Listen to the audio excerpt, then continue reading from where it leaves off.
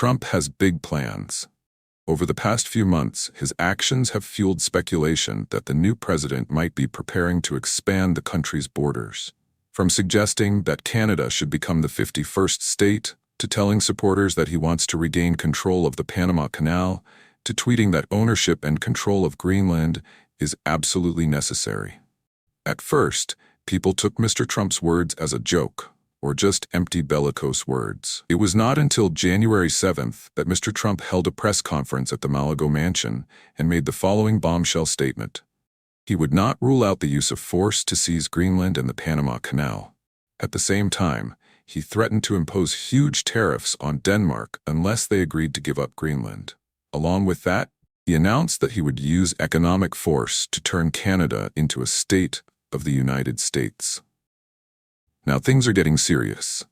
No kidding, some people say that Trump is crazy, but is he really? Let's analyze Trump's plans to expand the U.S. border, see what his real intentions are, and whether he can implement them. Canada has just experienced an earthquake. Mr. Justin Trudeau decided to resign as Prime Minister of Canada and President of the ruling Liberal Party. However, he said that he would continue to lead the country until the Liberal Party chooses a new president. Immediately after the above statement from Ottawa, Mr. Donald Trump, who has never had a good relationship with Mr. Trudeau since his first term, once again raised the proposal to make Canada the 51st state of the United States. The idea was mentioned by Mr. Trump during his meeting with Mr. Trudeau on November 29, 2024, at the Malago Resort following his election victory. Mr. Trump also mentioned this invitation several times on the True social network. He wrote as follows: "Many people in Canada want to become the 51st state of the United States. America will no longer have to live with the trade deficit and the massive subsidies that Canada needs to sustain its economy." Justin Trudeau knows this and resigned.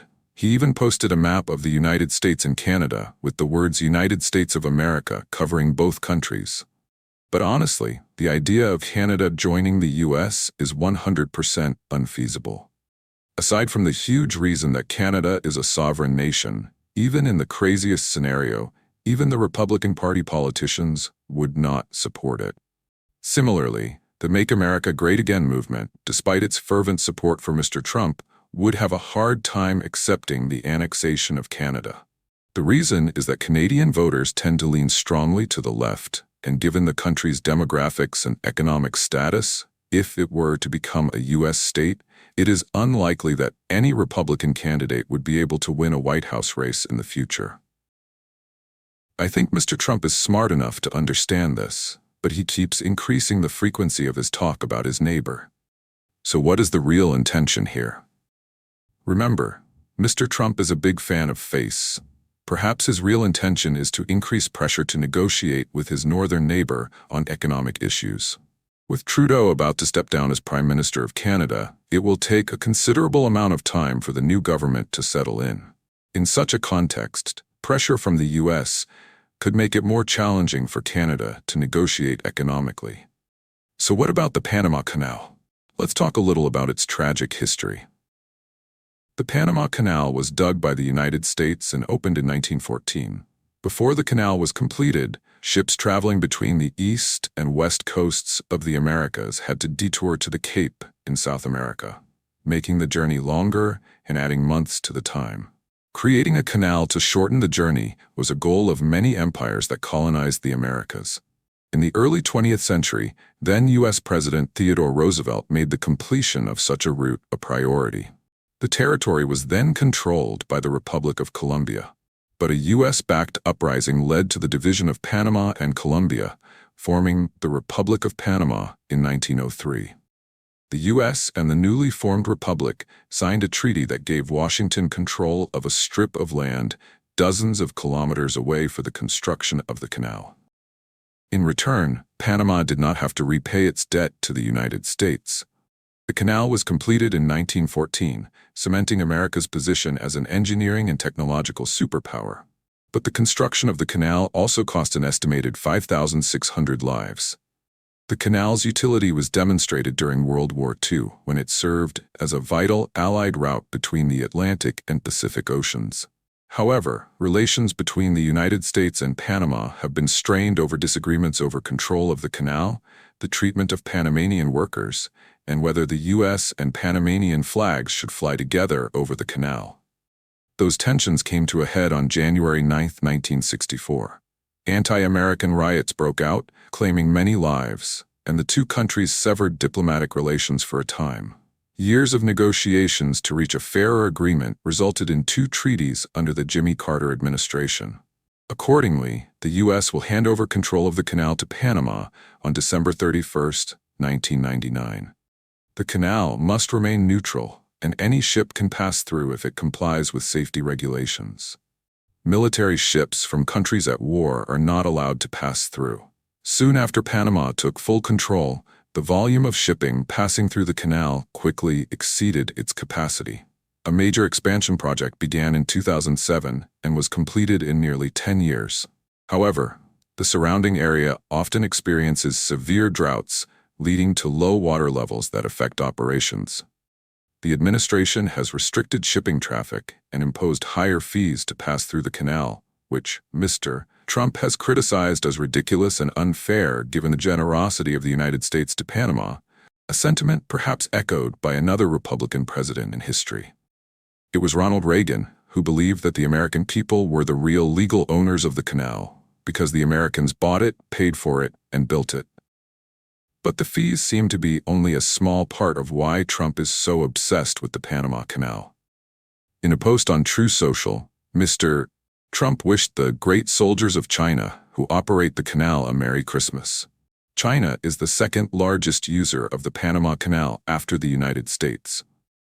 In 2017, Panama severed diplomatic relations with Taiwan, recognized the One China policy, and officially established diplomatic relations with Beijing. A Hong Kong-based company manages two ports at the entrance to the canal, raising competitive and security concerns for the United States. For example, the company could have data on all ships passing through the Panama Canal, giving it a data advantage. China has used shipping and maritime traffic to gather foreign intelligence and conduct espionage. Chinese companies are also funding the construction of a new Beijing-China bridge worth more than $1 billion. And perhaps it is concerns about China that really explain Mr. Trump's constant rhetoric about the Panama Canal. Which brings us to our final territory. Greenland, the world's largest island, was once a colony and is now an autonomous territory of Denmark. Greenland has a unique geopolitical position, located between the United States and Europe. The island's capital, Nuuk, is closer to New York than Copenhagen, Denmark. The shortest route from the U.S. to Europe runs through Greenland, making it an essential link in any Washington plan for control. Trump is not the first U.S. president to float the idea of buying Greenland. In 1867, during the Alaska season, President Andrew Johnson considered buying Greenland. According to Danish media, at the end of World War II, the Truman administration offered Denmark $100 million for the island. Although no offer came to fruition, under the 1951 Mutual Defense Treaty, the United States has the Petrific Space Base in northwest Greenland. During the Cold War, the base helped the U.S. maintain constant surveillance over the North Atlantic and played a key role in monitoring the movements of the Soviet Union.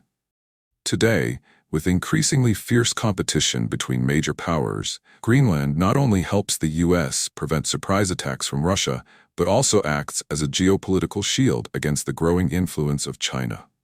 Not only does Greenland have geopolitical value, it also possesses a huge treasure trove of resources. The island is home to 43 of the 50 critical minerals listed by the U.S. as critical, including large amounts of rare earths. Rare earths, for those wondering, are key to high-tech industries. From cell phones to fighter jets, control of these resources would give any country, especially the U.S., a huge advantage in the technology race against China. Beijing now controls much of the global supply of rare earths, and Greenland's significant reserves offer an opportunity for the United States to reduce its dependence on China. Trump's statements, along with the implicit warnings behind them, are a reminder of his version of America First. His aggressive stance also reflects his instincts as a real estate developer who wields the world's largest military power, supporting his negotiating power. In the case of Greenland and Panama, both commercial and national security interests are at play.